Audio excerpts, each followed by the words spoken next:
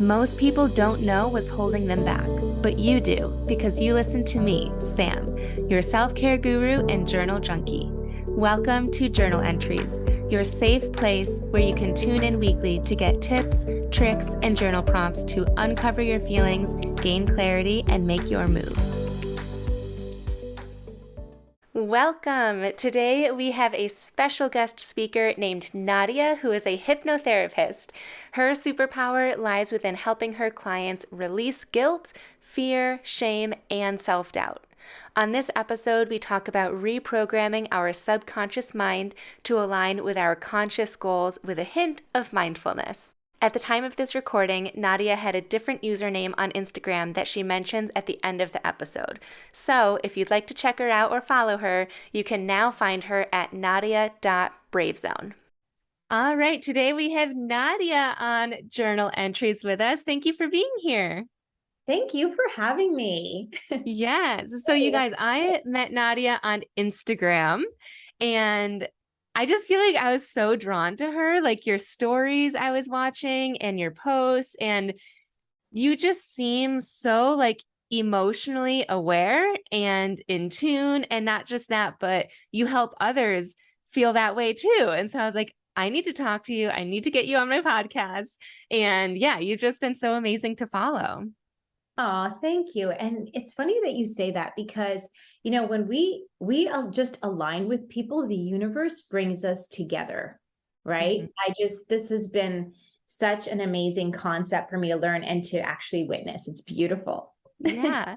Now, I know you said a couple times to me just in private that you have like the biggest plot twists. And what do you say? You're the uncovered secret? Oh, I call myself the best kept secret. Best kept secret. Yeah. So explain that. Yeah. Okay. The reason is because, so I have to give you a little background. So I worked in the mental health space for 25 years, working with students all the way from, kindergarten to grade 12. And intuitively, when I graduated, I just noticed that the way they do things and the way they are conditioning kids is not empowering. And at that time, I was not a mindfulness practitioner. I was not a hypnotherapist. I just had intuition. And I was noticing things like, they were really just conditioning kids to be people pleasers. For example, right? So if kids usually at the elementary level, their biggest problem is, oh, so-and-so is not playing with me. And then the staff will come in and say, there's always room for one more. And I know why they're saying that. They're trying to like prevent bullying and stuff like that, right? Mm. But at the same time, it makes us dishonor ourselves. Like as adults, we choose whose energy we want to be a part of. Mm-hmm. And so what are we imposing? What are we teaching them? We're teaching them to feel guilty, to dishonor themselves, to be people pleasers, right? Wow. And Yeah. we're teaching the other kids to manipulate their way to getting attention and stuff. And I saw that at that time, right? So I would go into their classes and like explore that. Hey, like what are our beliefs? Do we believe that our friends should play with us all the time? If that's your blueprint and it's not happening, you're going to be upset. Let's talk about your beliefs, your values. Like I dumbed it down for them depending on their age, but yeah, that's basically what it is. That just blew my mind. That's so crazy. I never thought of it like that. Yeah. You know what? Conditioning is real. Mm-hmm. We live our whole lives on autopilot. 95% of our day is run through subconscious programming. The reason I have all of these beliefs is and limiting beliefs and biases and stereotypes. It took me 12 years to get to where I am the long way when I didn't know about hypnotherapy. We don't even know why we're doing what we're doing because we're on autopilot. Like, when you're driving to practice mindfulness, even before I knew about the car in reverse, I was like, I took comfort in the power. You're on autopilot. Eckhart Tolle. That's what we're doing all day. And it was a very traumatic time. Wouldn't it make sense just to reprogram our subconscious mind here, right to align with our conscious goals? Everything is perfect. Everything is good. So how do you do that? And you create from that space. You don't wait until I'll be happy when. I was in an abusive marriage at that time. I didn't say I'll be happy when I leave the situation. I'll be happy when. You find peace in the chaos and comfort in the discomfort. And what I did was I started to become curious of my triggers. And I started to learn, hey, when the student is ready, the teacher appears. So you started off working with kids. Yes. Do you still work with children, or how did you make that progression from where you started and where you are now and the work that you do now? I love that question. Thank you for asking that question, actually. My passion shifted from working with kids to working with adults. Through all of my years, 25 years working there, I realized that, adults are just children in bigger bodies. And right? Mm-hmm. And the reason I say that is because of childhood wounds, childhood trauma. You don't have to have you don't even have to have a dysfunctional family to have childhood wounds and trauma. Mm-hmm. It could be as simple as, your mom not wanting to hold your hand when you're 3 years old, and then you internalizing a belief that, oh, I'm not lovable, I'm not good enough, right? Mm-hmm. I'm not safe if I try to be loving, I'm going to get rejected. These are the kinds of things that are sitting in our subconscious mind, right? And also limiting beliefs. Like, for example, yesterday I was in my car driving home from the gym, and I was listening to my Spotify playlist. I did not a reel, but a live on this yesterday on Instagram. So basically I was sharing the song. It's a Calypso song. And in that song, I don't know if you know it, it's called Dollar Wine. I don't know. 90s. Oh my God, it's so funny. So I heard this part where in the background, he's saying, money is the root of all evil. Mm. When you are listening to music, you're in a trance.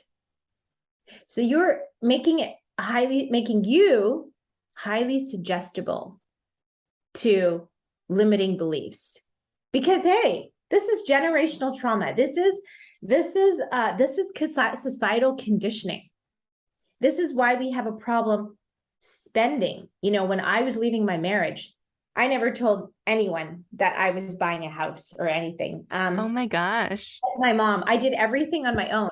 And then I sent her pictures and I'm like, yeah, I bought this house and I'm moving. And then she's like, how can you do that? You just have a part-time job. Cause I dropped down to part-time when the kids were little. You only have a part-time job. Plus she knew I wasn't going to milk the guy because I have a lot of integrity. And I was like, no, hey, when you make a decision, the universe conspires to make it happen. Mm-hmm. And I feel like going all over the place here because I have so much to share. I'm going to try to not do that because we'll be talking forever. But because of all the things that I've established and learned and, grown and evolved from, I really decided to sit down one day and say, how did I manifest everything that I wanted? I'm not reading books to find out the answers. I'm literally figuring this out by tapping into my intuition and doing it. So now I'm writing a book on that because I came up with 9 things that I did, tried and tested. And every single time that I have practiced this, I've been able to get whatever I want. That's amazing. Yes. One thing that you also shared with me is that in your marriage specifically, you started to become so aware. I think during the process of what you were just sharing, you started to become aware of, your limiting beliefs and your triggers and how your spouse or ex-spouse was triggering you. And before you chose to leave, you were practicing on him. Do you want to share more about that? I thought that was so interesting and creative. Yeah. So again, it was my intuition. I was like, I'm not going to just leave. Like, I know I've reached my rock bottom, but I want to write a list about, I was journaling, how does he treat me? How does he trigger me? And I wrote stuff like he doesn't, accept me, validate me, encourage me, respect me, love me. He's not loyal to me. It's a lot of things. Right. Mm-hmm. And so I asked myself, well, am I doing those things for myself? That was powerful, Samantha, because I simply wasn't loving myself. Mm-hmm. And the universe is governed by laws. The law of attraction says like attracts like. And I needed him to be in my life because he mirrored the dynamics I had with my dysfunctional family. And because I didn't deal with it, hey, who knows to deal with it when you're in your late teens or early 20s? Are you Right. hey, I'm going to cure my childhood wounds and trauma and evolve before I take my issues to my marriage? No, we don't do that. We don't learn that stuff as kids. That's why I was teaching my students that. Yeah. So then I said, no, not leaving him yet, because I don't want to attract another one of him or them in a different body with the same lesson. So I took the lesson seriously and I worked on my self-love. I worked on courage was the virtue that I said I'm going to master. And let me tell you, I mastered it. That's amazing. Yeah, there's no other way to live than this. I'm telling you, we create our lives.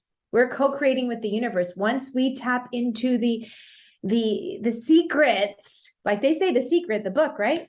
That's it. It's all uphill from here. So what sort of things have you manifested? Well, oh my God. Okay, so a lot. So when I was leaving my marriage, okay, I had it in my mind that, okay, so you know that book, The Alchemist by Paulo Coelho? He says, when you make a decision, the universe conspires to make it happen. Okay, he's right.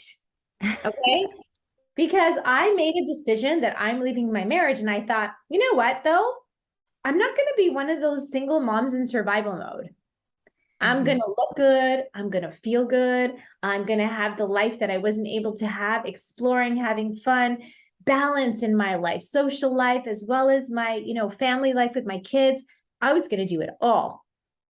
And if I'm going to leave this beautiful home near the lake, with a hot tub outside and a flat screen TV in the kitchen, fireplace in my bedroom, okay, I need to live well because I'm really picky about decor and cleanliness and a nice area and a nice house. And I was like, in my mind, I visualized exactly what I wanted to the T. I got it. Okay. So I didn't ask how. So I said, okay, so it's got to be some condo townhome area in a nice little community, but not ghetto, because some of those can be ghetto. Like, Yeah. I have humble beginnings, girl. Like I was raised in the hood, So I was like, hell no for that, right? So then I was like, okay, it really helps to know what you don't want because then you know what you do want from that, right? So then I was like, okay, it's going to be like 2 minutes drive from here because I want to co-parent with him. I want it to be give me an exit plan universe so that it happens in the least invasive way. Okay, girl, let me tell you, I discovered a complex of it was a 3-year-old complex from a good builder. 2 minutes drive literally from my matrimonial home. Oh my gosh. Can you believe that? 3 years old.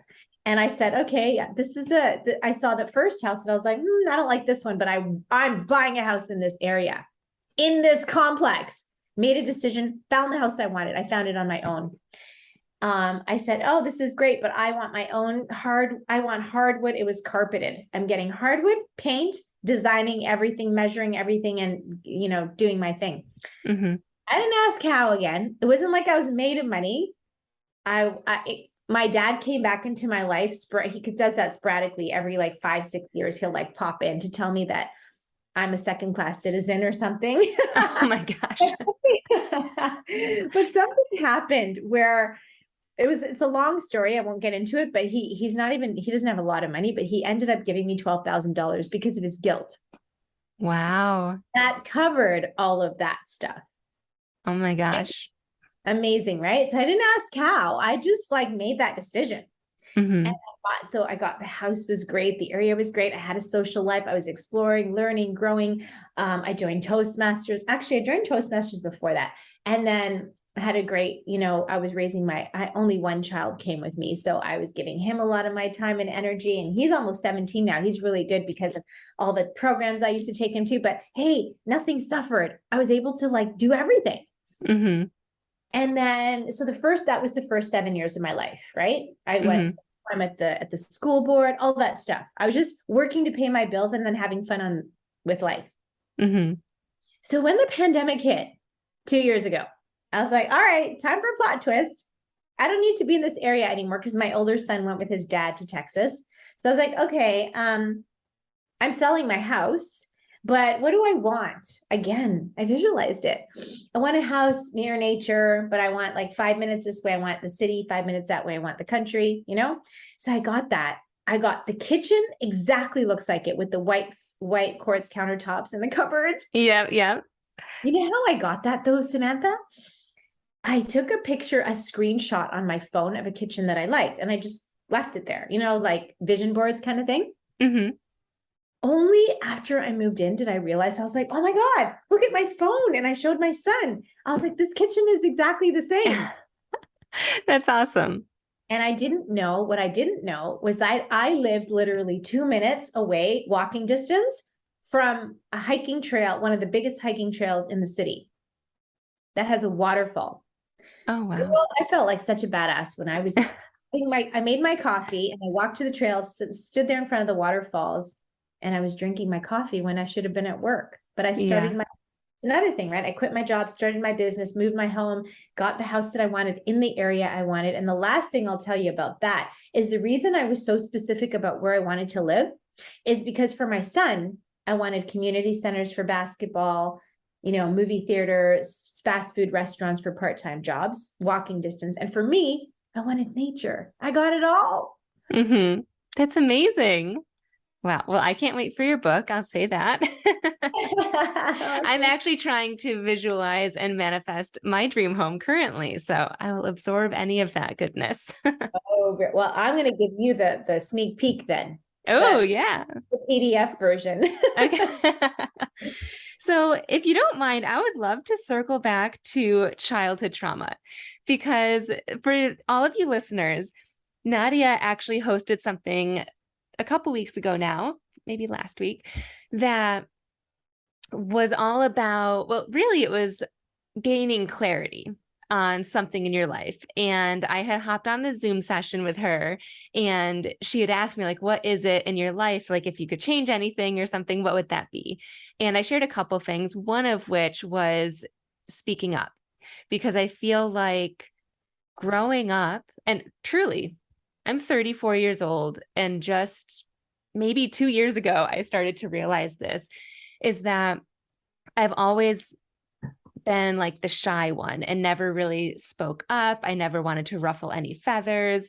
It's such a silly example, but it's so descriptive and depictive of like everything is whenever I was out in a group and someone would say, Sam, where do you want to eat dinner? Or where do you want to go for lunch? I would never make the choice. I'd always say, where do you want to go? Because I wanted everyone to be happy all of the time. And so I started to realize like, I feel like it's because of other people. Like this is a condition and I don't know where it came from, why it's there, what it's protecting me from. So that's what I worked with Nadia on. And it wasn't even too long of a session that we had, but there was a moment during our session and you were asking me the question of like, what is the story or what is an example where you felt this way? And I shared an example. And then you were like, okay, now go back even further. Like what happened before that? And like nothing was coming to my mind. But then you said, it might feel like you're making up the story, or it might feel like it's not true, or like it's make believe. But if it was, what would that be? And as soon as you said that, I was like, oh, it was when I was a baby. I remember so I'm a twin for those of you that don't know. And my twin sister came home from the hospital very sick on a ventilator. She couldn't breathe very well. And in the moment that I was talking to Nadia, I was like, I think that she needed so much attention and care that I was worried that I was a burden if I did cry. And I was a baby. I'm sure that I cried, but like internally, that's how it felt. And of course, I don't remember that because I was, a week old, but that's what it felt like. And once I identified that with Nadia, since that session, everything has just been so clear of like, whoa, like this is what I want. This is how I ask for it. This is why I should ask for it. And it's just felt amazing. So can you share a little bit about how you took me through that and what that revelation was? So I can give you a little reason. I can speak to why it works. Mm-hmm. Okay. And why that happened. Okay. So basically, when you're a baby, you're operating on slower brainwave states, right? It's called delta.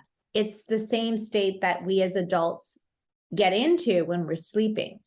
Now, if you've heard that children are like sponges, literally, it's like that. You're a baby, you can't walk or talk, but guess what? You're absorbing everything Mm-hmm. because you're in this state. Okay. So this reminds me of when I had my firstborn 21 years ago.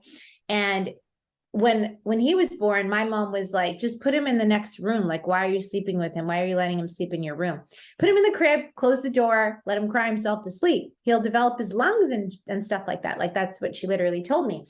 And I was like, I don't know, like this just doesn't seem right intuitively. It didn't sit well with me.